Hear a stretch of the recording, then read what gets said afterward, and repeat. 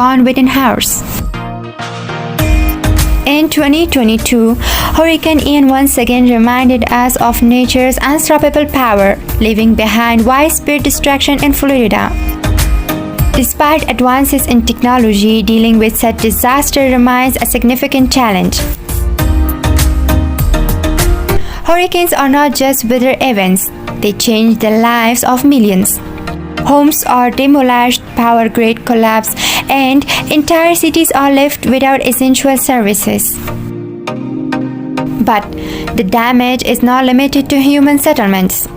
Hurricanes can destroy ecosystems, displace wildlife, and reshape coastlines and islands. Preparedness is the key to survival. Citizens must know how to reinforce their homes, what emergency supplies to have, and when to evacuate.